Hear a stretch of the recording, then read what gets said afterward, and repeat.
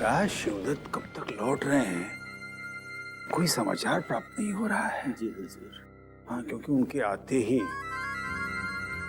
चंडीलाल जी, सुनिए चंडीलाल जी।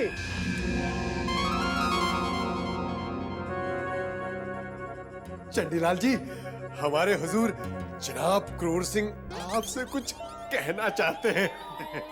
क्या कहना चाहते हैं? ये तो हमारे हुजूर खुद ही बताएंगे, क्योंकि आपकी तारीफ खुद ही हमारे हुजूर अपने सुंदर सुंदर मुखड़े से करना चाहते हैं। अरे बोलिए ना हुजूर, इनसे क्या शर्माना, ये तो अपने ही हैं। चंडीलाल जी, कहावतें कभी झूठी नहीं होती हैं। जिस किसी ने भी कहा है, सत्य कहा है कि कोई भी मनुष्य बिना परिश्रम के आकाश की ऊंचाइयों तक नहीं पहुंच सकता है। परंतु आपके संबंध में ये कहावत विपरीत हो जाती है, क्योंकि आप बिना किसी परिश्रम के सर्वोच्च स्थान पर पहुंचने वाले हैं। क्या कहना चाहते हैं? साफ साफ कहो। चंडीलाल जी, अब क्या बताएं आपको, छोटा मुंह और बड़ी बात। परंतु सत्य तो ये है कि आजकल आपकी बुद्धि, वीरता और शौर्य के गीत शिवगढ़ के घर घर में गाए जा रहे हैं। क्यों नाज़िम? हुजूर ठीक ही तो फरमा रहे हैं। जब से चुनारगढ़ के युवराज को चंडीलाल जी पकड़ कर लाए हैं, तब से शिवगढ़ की रौनक ही बदल गई है। हाँ हुजूर, और भवानी सिंह जी के साथ मिलकर आपने उस युवराज का जो पूरा हाल कर दिया, उसे जानकर तो शिवगढ़ की जनता खुशी से पगला गई है। तुम्हें इस बात का कैसे पता चला? जब ये बात सारे शिवगढ़ को पता चल चुकी है, तो भला इतनी महत्वपूर्ण बात हमसे कहाँ छुप सकती थी। अब महाराज शिवदत्त जैसे ही संभलपुर से लौटकर यहाँ आएंगे, आपका पद, आपका कद, आपका सम्मान और भी अधिक बढ़ जाएगा, क्योंकि पंडित जगन्नाथ ने आपके वीरता के कार्य का संदेश उन्हें भेज दिया है। पंडित जगन्नाथ ने संदेश दे दिया? इसका मतलब है कि पंडित जगन्नाथ को युवराज के बंदी और उनकी स्थिति का पता चली गया। उन्हें ही क्या, अब तो चुनारगढ़ के महाराज और महारानी चंद्रकांता को भी सब कुछ पता चल चुका होगा, और अब वो लोग अपने युवराज को मुक्त कराने के लिए युद्ध की तैयारियां कर रहे होंगे। कहिए चंडीलाल जी, आप युद्ध के लिए तैयार हैं ना? अपनी सीमा से आगे बढ़कर बात मत किया करो क्रूर सिंह। यदि तुम इसी तरह छल कपट और मूर्खता भरी बातें करते रहे, तो किसी दिन भवानी सिंह के हाथों तुम और तुम्हारे अय्यारों की बलि अवश्य चढ़ जाएगी।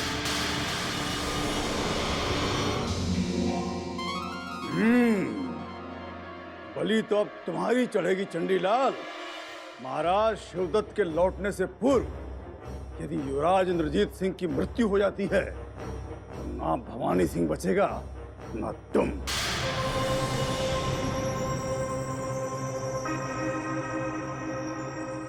आप इतने विचलित क्यों दिखाई दे रहे हैं चंडीलाल?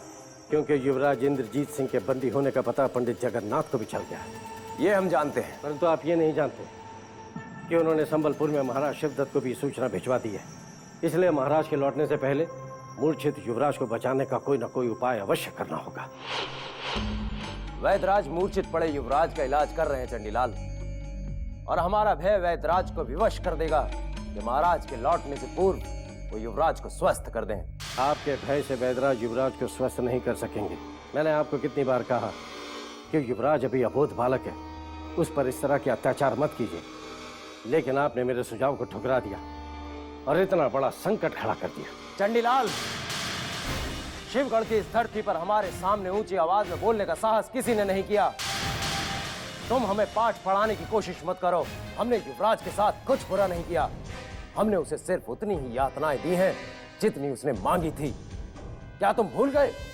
उस युवराज ने महाराज शिवदत्त का अपमान करने का दुस्साहस किया था। युवराज अभी नादान है। उसका अपहरण हमने मृत्यु दंड देने के लिए नहीं, उसका सौदा करने के लिए किया था। सौदा तो अवश्य होगा चंडीलाल, किंतु आपकी नहीं, अपितु तो हमारी इच्छा से होगा, क्योंकि युवराज को अगवा हमने किया है, आपने नहीं। और यदि भविष्य में आपने हमें ये नेत्र दिखाए, तो हम ये भूल जाएंगे कि आप हमारे राज अतिथि हैं, क्योंकि भवानी सिंह क्रोध सिर्फ महाराज शिवदत्त का सहन कर सकते हैं, किसी और का नहीं। युवराज को महाराज के समक्ष जीवित प्रस्तुत करने के पश्चात अब भवानी सिंह का अंत करना चंडी का दूसरा उद्देश्य है, और इस उद्देश्य को सफल करने के लिए युवराज इंद्रजीत सिंह का कुछ दिनों तक जीवित रहना अति आवश्यक है।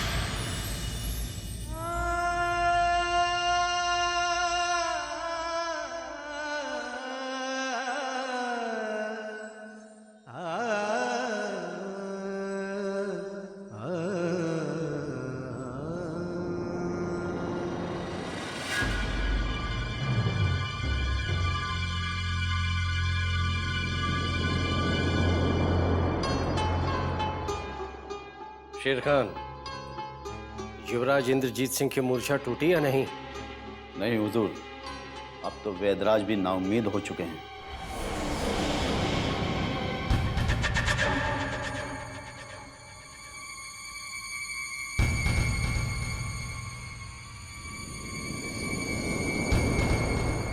युवराज ठीक तो हो जाएंगे ना वैदराज जी? कुछ कह नहीं सकते। युवराज की रक्त भरी उल्टियों ने यह संकेत तो दे दिया है कि ये अपने जीवन के अंत की ओर जा रहे हैं। ऐसा मत कहिए वैदराज जी। युवराज पर संसार की सबसे दुर्लभ औषधियों का प्रयोग कीजिए, परंतु हर अवस्था में इसे बचा लीजिए। अगर इन्हें बचाना ही था तो इन पर इतने अत्याचार करने की क्या जरूरत थी? इनके शरीर का सारा खून पानी की तरह बहा दिया और इनके कोमल शरीर पर अनगिनत घाव कर दिए, और फिर आप कहते हैं कि इनको बचा लीजिए। मैंने भवानी सिंह को बहुत समझाने की कोशिश की, लेकिन उसने हमारी एक न सुनी। वैदराज जी, यदि आपने युवराज के प्राण बचा दिए तो मैं युवराज के भार से दुगने सोने की भेंट आपको चढ़ा दूंगा।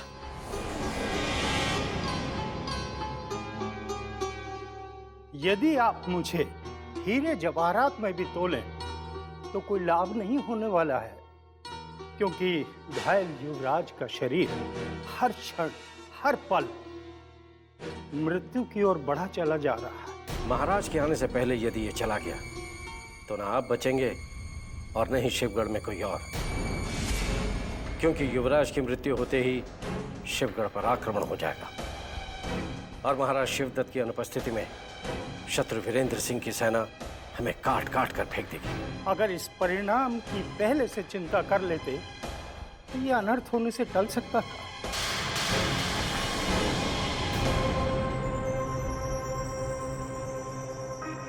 इस अनर्थ का दोषी केवल भवानी सिंह है, जो अपने साथ साथ समस्त शिवगढ़ वालों को लेकर डूबने वाला है।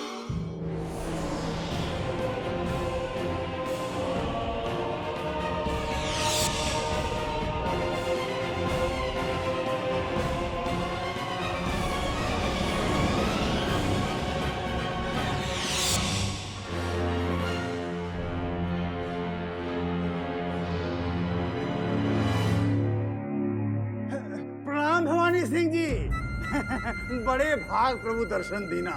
बड़ी लंबी उम्र है आपकी। हम लोग आप ही का गुणगान कर रहे थे कि आप प्रकट हो गए। क्यों अहमद नाजिर? हुजूर बिल्कुल ठीक फरमा रहे हैं भवानी सिंह जी। ये कह रहे थे शिवगढ़ में केवल एक ही महायोद्धा है जो महाराज और शिवगढ़ की भलाई के लिए कुछ भी कर सकते हैं, और वो महान योद्धा आप हैं। हमें और हमारे हुजूर को आप पर, आपकी ताकत पर और आपकी वफादारी पर नाज है। साफ साफ कहो, क्या कहना चाहते हो? हम क्या कहना चाहेंगे भवानी सिंह जी, हम तो बस आपको सिर्फ इतना बताना चाहते थे कि पूरे शिवगढ़ की प्रजा आपके नाम की जय जयकार कर रही है। हम समझ नहीं पा रहे हैं कि शिवगढ़ की प्रजा हमारी जय जयकार क्यों कर रही है। भवानी सिंह जी, ये तो आपका बड़कपन है कि आप ऐसी बात कर रहे हैं। आपने एक ही झटके में इतना महान कार्य कर दिया कि पूरे शिवगढ़ में मिठाइयां बांटी जा रही हैं और आपकी वीरता के गीत गाए जा रहे हैं। क्यों अहमद? हुजूर बिल्कुल ठीक फरमा रहे हैं। चुनारगढ़ के युवराज को शिवगढ़ के कारागार में बंदी बनाकर भवानी सिंह जी ने यह साबित कर दिया कि ये कितने महान, कितने ताकतवर महायोद्धा हैं। चुनारगढ़ के युवराज को बंदी बनाने की योजना हमने गुप्त रखी थी। इसकी सूचना तुम्हें कैसे मिली? भवानी सिंह जी, ऐसे शुभ समाचार भी कहीं गुप्त रहा करते हैं। पूरे शिवगढ़ को पता चल चुका है कि आपने युवराज इंद्रजीत सिंह को बंदी बनाकर गुप्त कारागार में डाल दिया है। अब तो शिवगढ़ की जनता को उम्मीद भी हो गई है कि जल्द ही चुनारगढ़ उन्हें वापस मिलने वाला है।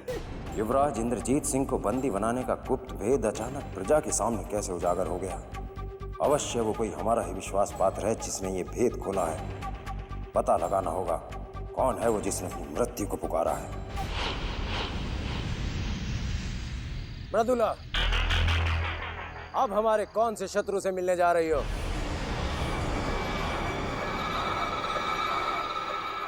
हुजूर, मैं आप ही से मिलने आ रही थी।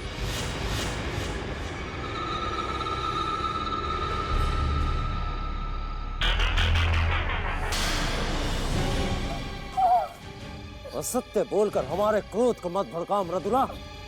जब हमने तुम्हें खुद से मिलने के लिए बुलाया ही नहीं तो फिर तुम हमसे मिलने कहाँ जा रही थी? सत्य बताओ वरना हम तुम्हारा वध कर देंगे। आप मुझ पर संदेह कर रहे हैं हुजूर। मैंने आपसे कभी झूठ नहीं बोला है, ये सत्य है। मैं आप ही से मिलने आ रही थी। फिर असत्य? तो फिर युवराज को हमने बंदी बनाया है, ये भेद हमारे शत्रुओं के सामने कैसे खुल गया? तुमने ही हमारे शत्रुओं के साथ मिलकर छल किया है। चाहे आप मेरे प्राण छीन लीजिए हुजूर, लेकिन मुझ पर ये आरोप मत लगाइए कि मैंने चुनारगढ़ के युवराज की बंदी होने का भेद बताकर आपके साथ छल किया है। तो फिर शिवगढ़ की प्रजा को ये कैसे पता चल गया कि युवराज हमारे गुप्त कारागार में बंदी है? ये मैं कैसे बता सकती हूँ हुजूर? मैंने आपका नमक खाया है, इसलिए मैं कभी भी आपके साथ अहित नहीं कर सकती। आपने मुझ पे संदेह करके मेरे मन को दुखी किया है। तुरंत ही मेरे प्राण छीन लीजिए, क्योंकि मैं अपनी दृष्टि में गिरना नहीं चाहती मैं। यदि तुम सत्य कह रही हो और निर्दोष हो तो अपने इस कार्य के बाद हम स्वयं अपनी दृष्टि में गिर जाएंगे। किंतु यदि तुम दोषी पाई गई तो उस युवराज से पहले हम तुम्हें परलोक पहुंचा देंगे।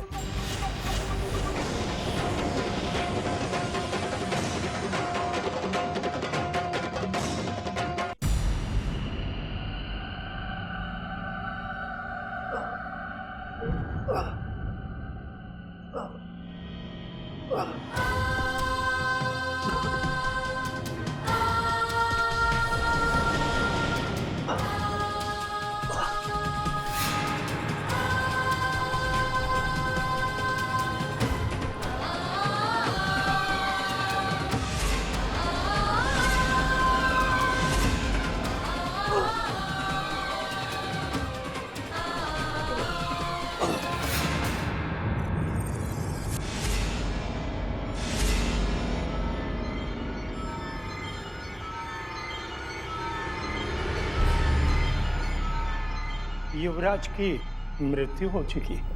नहीं वैद्यराज!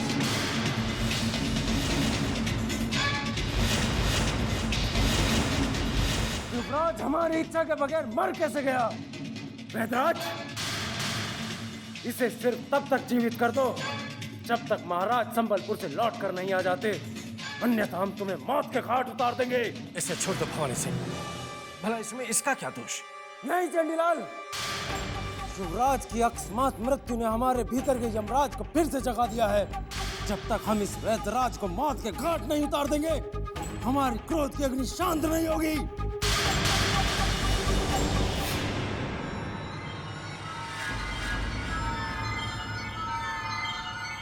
हुजूर, युवराज में जान बाकी है।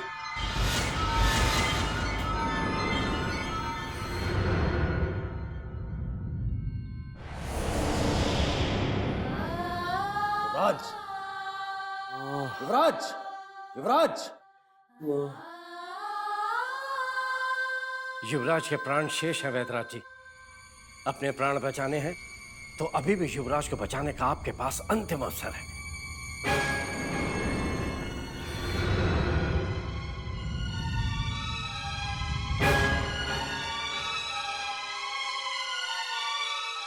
भाग्य से युवराज की धड़कन लौट रही है, लेकिन ये एक निर्जीव शव की तरह है। ये चेतना खो चुके हैं। वैद्यराज, इस युवराज के शरीर में इतनी शक्ति डाल दो कि ये बोलने और चलने लायक हो सके। तत्पश्चात हम आपसे भी माफी मांग लेंगे और महाराज शिवदत्त के सम्मुख इस अनमोल उपहार को प्रस्तुत करके अपना संकल्प पूर्ण करेंगे। अगर मुझे कहीं से संजीवनी बूटी मिल गई तो युवराज के जीवित होने की आशाएं बढ़ जाएंगी, इनकी मृत्यु को टाला जा सकता है। तो कहीं से भी ढूंढ कर लाओ संजीवनी बूटी का वैदराज। किंतु इतना याद रखना, यदि खाली हाथ लौट कर आए तो यमराज भी आपको हमसे नहीं बचा पाएंगे। चलिए चंडीलाल।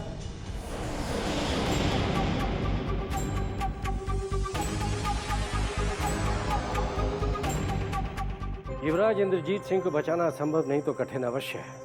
यदि वैदराज संजीवनी बूटी खोजने में सफल हो गए तो युवराज को बचाया जा सकता है, अन्यथा कुछ नहीं हो सकता। को वो संजीवनी बूटी ढूंढ कर लानी ही होगी जो युवराज के शरीर में प्राण वापस ला सकती है, अन्यथा युवराज की मृत्यु के साथ वैदराज की भी मृत्यु निश्चित है। हमें वैदराज की नहीं बल्कि युवराज के प्राणों की चिंता करनी चाहिए। यदि शिवगढ़ में पहुंचते ही महाराज शिवदत्त को जीवित युवराज मिल गए तो प्रसन्नता से महाराज और सारा शिवगढ़ झूम उठेगा, और यदि महाराज ने युवराज का कहीं मरा हुआ मुख देख लिया तो हम दोनों भी मारे जाएंगे। अब हम कर भी क्या सकते हैं? युवराज का मरना या जीवित रहना अब हमारे हाथ में नहीं है। परंतु एक अवसर है हमारे हाथ। यदि युवराज को कुछ हो गया तो महाराज के क्रोध से बचने का हमारे पास एक अंतिम मार्ग है। कौन सा मार्ग? पंडित जगन्नाथ से मिलकर एक बार फिर हमें उनका विश्वास प्राप्त कर लेना चाहिए, ताकि कठिन समय में वो ढाल बनकर हमारा बचाव कर सके। पंडित जगन्नाथ आप ही के कारण महल छोड़कर गए थे चंडीलाल, फिर वो आपसे भेंट करना क्यों स्वीकार करेंगे? यदि स्वीकार नहीं करेंगे तो मुझे ठुकराएंगे भी नहीं, क्योंकि मैंने युवराज के अपहरण की योजना स्वयं के लिए नहीं बल्कि महाराज शिवदत्त के लिए बनाई थी। अब हमें तुरंत गुरुदेव के पास चलकर उनके आशीर्वाद लेने का दिखावा करना चाहिए। रमल की गणना और ग्रहों की चाल दोनों का एक ही संकेत है, मृत्यु और शिवगढ़ की तबाही।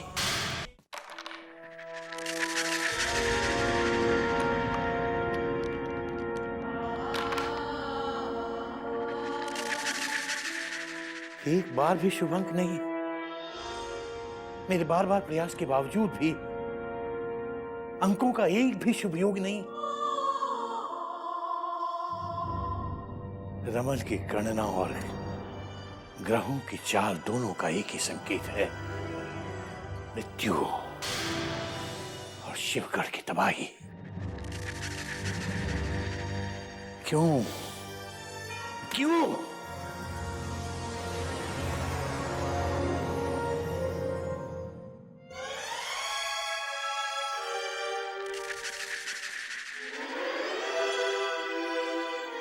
प्रणाम गुरुदेव।